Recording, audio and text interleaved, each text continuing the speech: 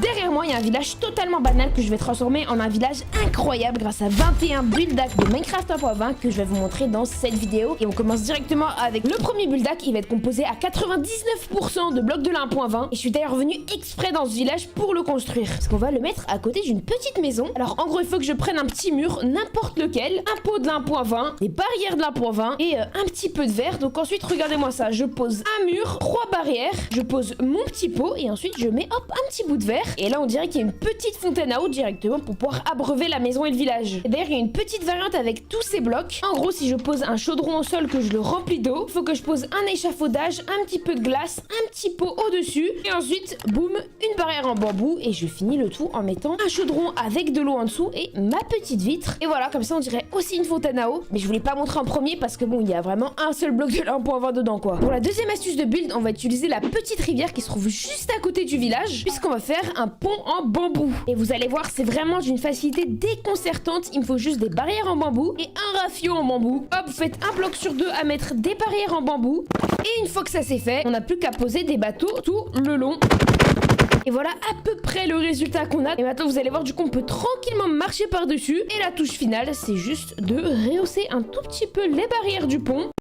Et voilà le travail. Et maintenant, pour rendre le tout magnifique, on prend 2-3 petites lanternes, on prend des petits pots, un peu de bambou. Et bah voilà un deuxième magnifique build-hack. Pour le troisième build-hack, je vais un petit peu ravir les habitants du village parce qu'on va arrêter avec les patates, les carottes, etc. On va changer un petit peu leur alimentation. En gros, il faut que je prenne les nouvelles graines de l'1.20, les pitcher pods. Ensuite, je vais toutes les planter. Voilà, je ne lésigne pas sur la quantité. Et après, je prends ce qui s'appelle un debug stick. Et là, j'ai juste à faire une fois clic droit sur toutes. Je mets le random tick speed à 0, histoire qu'ils grandissent pas. Et voilà, ça y est, j'ai mon petit champ de navets. Et là, je peux vous dire que les habitants, ils vont être ravis. Bon, on va continuer à ravivre les habitants, mais cette fois-ci, on va le faire à l'intérieur. Bah tiens, en plus, voilà, c'est pour un petit. Il est tout content, il saute sur le lit. En gros, je vais prendre un armor stand. Et là, mon petit gars, tu vas voir, je vais te faire une tenue. À l'école, vraiment, ça va te dire que t'es drip, crois-moi. En gros, il faut prendre une armure complète en or. Et ça, vous allez voir, ça va aussi marcher en survie. Ensuite, je prends le rib armor trim. Je prends un petit peu de la netherite. Ouais, c'est un petit peu un drip qui coûte cher, hein. Une fois que c'est pris, je passe juste le tout dans une smithing table. Et maintenant, je peux soit l'équiper, soit comme ça un build-hack, le poser en petit drip dans la maison. Non, franchement, c'est magnifique. Carrément, regardez. Je vais même me permettre d'accorder le tapis au sol. Alors là, si le frérot, je vais pas bien, franchement, regardez. Carrément, il saute sur le lit. Il est heureux, c'est parfait. Bon, pour le cinquième build-hack, vous savez quoi? Je l'ai vraiment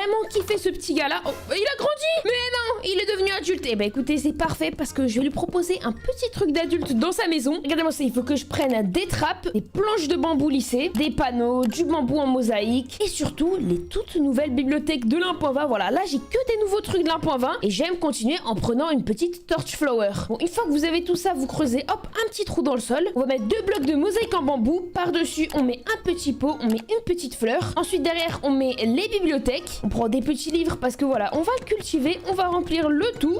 Et ensuite, on met 2 trappes ici, on en met une au-dessus. Et là, c'est déjà très joli, le tour est déjà quasiment joué. Mais il va juste falloir qu'on prenne des petites item frames, des petites dalles de blackstone. Et ensuite, on conclut le tout avec des petits panneaux en bambou. Et regardez-moi cette étagère trop drip. Est-ce que t'en es content, mon gars?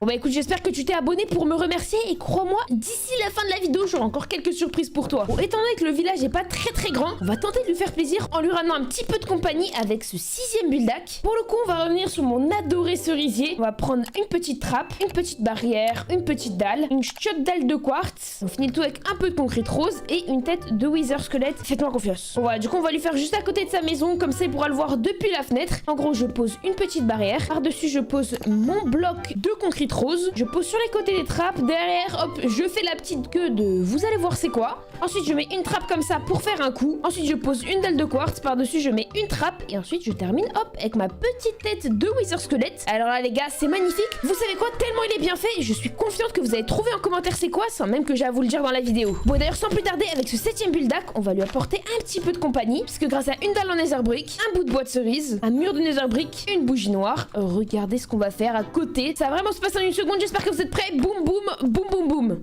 Oh là là, qu'est-ce que c'était rapide. 7ème build-up, on a fait un petit escargot. Il rend franchement beaucoup mieux que celui que j'ai fait la dernière fois. Hein. Bon, pour le 8ème build-up, histoire d'indiquer là où est la maison la plus drip du village, on va faire un petit panneau de signalisation tout aussi drip.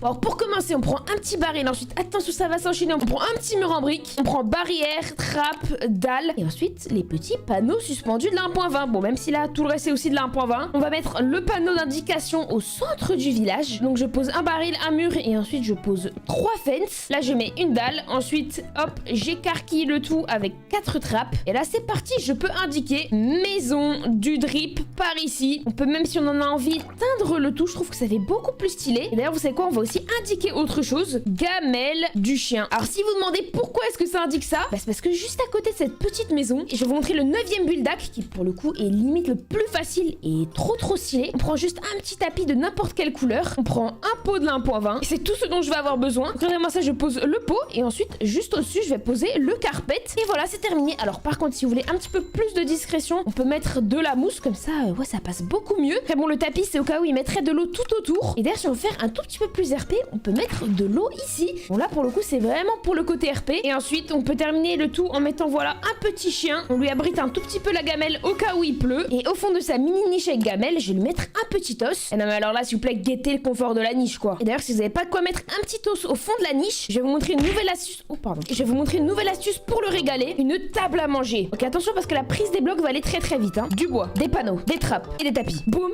Et la construction va aller tout aussi vite. 1, 2, 3, 4 pots. 1, 2, 3, 4, 5, 6 planches. 1, 2, 3, 4, 5, 6 bûches. 1, 2, 3, 4, 5, 7, 8, 9, 10 tapis. Boum. Et des panneaux sur les côtés. Votre table à manger est terminée. Vous n'avez plus maintenant que si vous le voulez, hop, à mettre des petites chaises. Boum, boum. Et là, vous pouvez ramener vos invités ou votre petit chien si vous en avez envie. D'ailleurs, vous savez quoi, mon petit chien, je vais encore continuer de le régaler avec ce 11ème build-up. Puisque regardez-moi ça, si je reprends un mur en brique, je reprends des barrières en cerisier, des trappes aussi, que je prends ensuite des feux de camp. Et en vrai, je vais le faire sur la place du village. Franchement, je pense que ça va régaler les habitants et mon chien. Je place comme ça 2 fences à 3 blocs d'écart. Ensuite, je mets une trappe d'or, je mets un feu de camp, je mets une petite dalle en cerisier, je remets un feu de camp, je remets une trappe d'or, je mets 1, 2, 3 feux de camp. Alors ensuite, il faut que je prenne une petite pelle, hop, je tasse les cendres du feu de camp seulement pour le dessus. Je prends ensuite des chaînes et des petits panneaux suspendus. On va prendre les deux plus récents, donc le mangrove et le cerisier. Et ensuite, je mets un cerisier, je mets un mangrove et je retermine avec un cerisier. Et voilà, là, on dirait tout simplement qu'il y a de la petite viande qui cuit. Et d'ailleurs, si vous voulez un petit peu plus accorder toutes les couleurs, boum,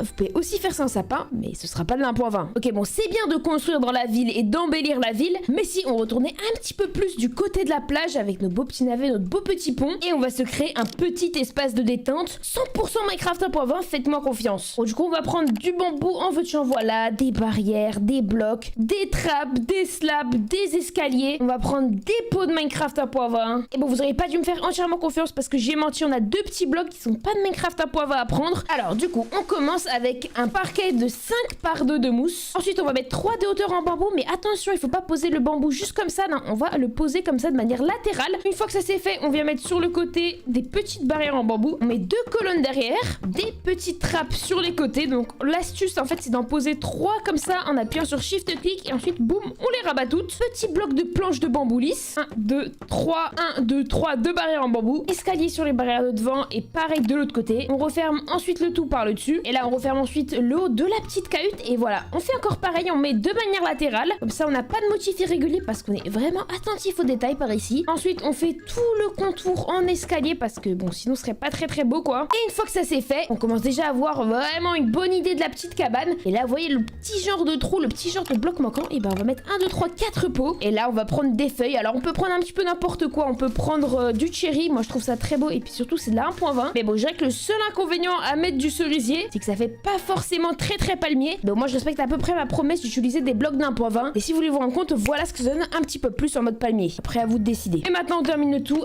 avec des petites chaises de plage. Donc, boum, vous mettez une petite trappe à l'arrière. Vous la remontez. Et tadam, le tour est joué. Maintenant, il n'y a plus qu'à décorer l'intérieur.